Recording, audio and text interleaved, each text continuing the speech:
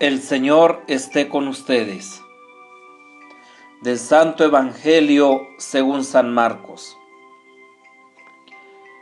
Jesús fue a su tierra en compañía de sus discípulos.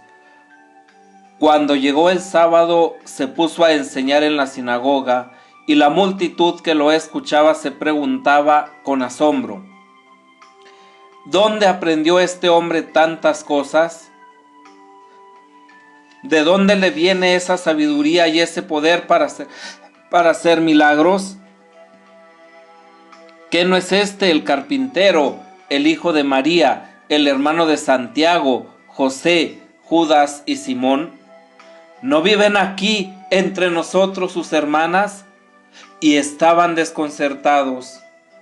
Pero Jesús les dijo: todos honran a un profeta, menos los de su tierra, sus parientes y los de su casa. Y no pudo hacer allí ningún milagro, solo curó a algunos enfermos imponiéndoles las manos, y estaba extrañado de la incredulidad de aquella gente. Luego se fue a enseñar en los pueblos vecinos. Palabra del Señor. Gloria a ti, Señor Jesús. Vino a su casa y los suyos no lo recibieron.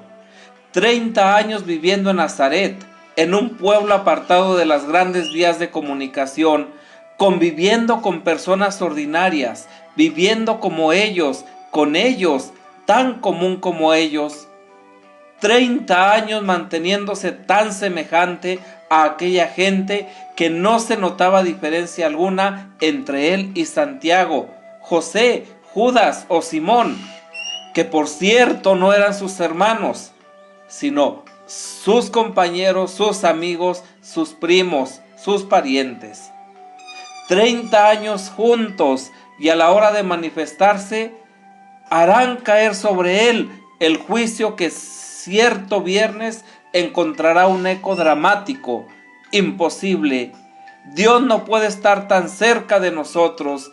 Decididamente, Dios tenía mala suerte. En otro tiempo, cuando en el momento se rodeaba de reyes, de rayos y truenos, se encontraba Dios demasiado distante. Entonces el pueblo no tenía fe en su Dios. Y hoy vuelve a las antiguas tradiciones para decir que eso es una cosa imposible. Cuando venga el Mesías, nadie podrá decir dónde está. A partir de aquí y durante 3 capítulos, Marcos nos va a ir presentando cómo reaccionan ante la persona de Jesús sus propios discípulos.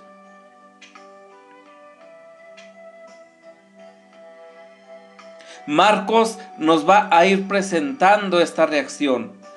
Antes habían sido los fariseos y luego el pueblo en general. Ahora los más allegados a él. De nuevo se ve que Jesús no tiene demasiado éxito entre sus familiares y vecinos de Nazaret. Sí, admiran sus palabras y no dejan de hablar de sus curaciones milagrosas, pero no aciertan a dar el salto. Si es el carpintero, el hijo de María, y aquí tiene a sus hermanos, ¿cómo se puede explicar lo que hace y lo que dice? Y desconfiaban de él. No llegaron a dar el paso a la fe. Jesús se extrañó de su falta de fe. Tal vez si hubiera aparecido como un Mesías más guerrero y político, lo hubieran aceptado. Se cumple una vez más lo de que vino a los suyos y los suyos no lo recibieron. O como lo expresa Jesús: nadie es profeta en su tierra. El anciano Simeón lo había dicho a sus padres, lo escuchábamos ayer, que Jesús iba a ser piedra de escándalo y señal de contradicción.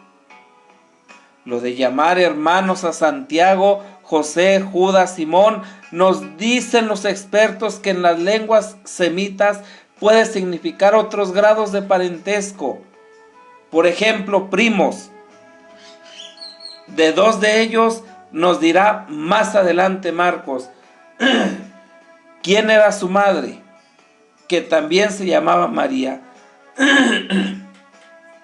Equivalentemente, nosotros somos ahora los de su casa, los más cercanos al Señor, los que celebramos incluso diariamente su Eucaristía y escuchamos su palabra.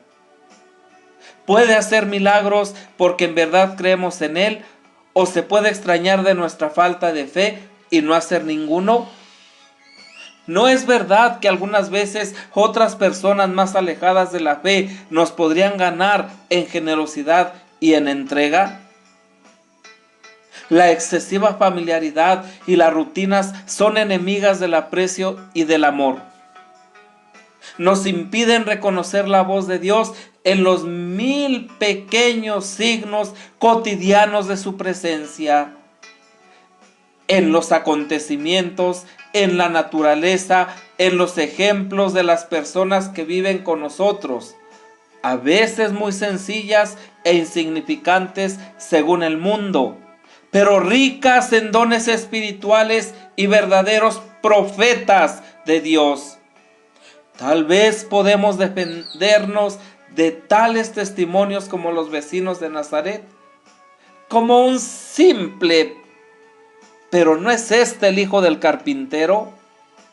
Y seguir tranquilamente nuestro camino. ¿Cómo podía hablar Dios a los de Nazaret por medio de un obrero humilde, sin cultura, a quien además conocen desde hace años? ¿Cómo puede el hijo de María ser el Mesías? Cualquier explicación resulta válida. No está en sus cabales. Está loco. Está en connivencia con el diablo. Es un fanático. Son frases que descubrimos en el Evangelio y que se aplican a Jesús.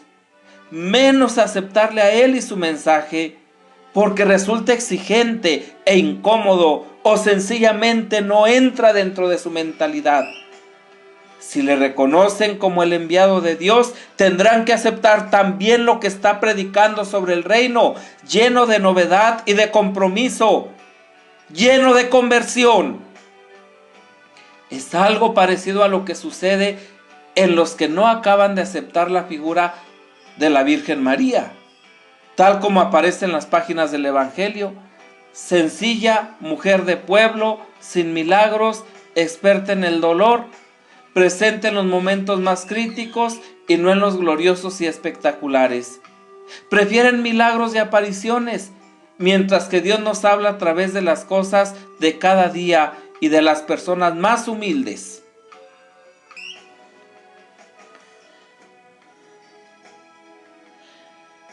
Los judíos dan a Jesús el nombre de Hijo de María, lo que es un juego de palabras que deja suponer un nacimiento ilegítimo o virginal para la fe. Mateo, que se preocupó precisamente de justificar la paternidad davídica de José, ha retocado el texto de Marcos para quitarle el carácter ofensivo. Aunque se admitiesen las relaciones entre los prometidos, los comentarios sobre un nacimiento prematuro corrían por Nazaret. María tuvo que sufrir burlas de estas y muchas veces evitó entrar en Nazaret o se ausentó durante largo tiempo, precisamente en la época de su embarazo. Ser madre del Mesías no es un privilegio. María aprende a llevar el oprobio como Jesús aprendió a llevar la cruz. Marcos añade al proverbio citado por Cristo para explicar la incomprensión que lo rodea una alusión concreta a la falta de fe de su parentela. La fe no se adquiere por atavismo o por herencia. La oposición latente de los evangelistas y especialistas de Marcos a la familia de Jesús puede explicarse partiendo de las tensiones que se daban en la comunidad primitiva entre los partidarios de un concepto dinástico de la sucesión según la carne. Santiago, hermano del Señor, partidario de un concepto carismático, sucesión según el Espíritu de los apóstoles. Siempre que critica a la familia de Cristo, Marcos hace alusión inmediatamente después a la misión de los 12, como para contraponer mejor los dos medios y los dos conceptos del reino. Queridos hermanos, la primera lectura nos invita a la corrección, dejarnos llevar, dejarnos conducir por el amor de Dios, porque Él corrige a los que ama. Es importante darnos cuenta cómo la corrección viene de parte de Dios. La página de hoy repite la frase: todavía no han llegado a la sangre en su pelea contra el pecado. No somos los que más mérito tenemos. Muchos creyentes nos han dado ejemplo hasta derramar la sangre en su camino de fe. Así, nosotros podemos también entregarnos fielmente a Dios haciendo su voluntad. Paz y bien.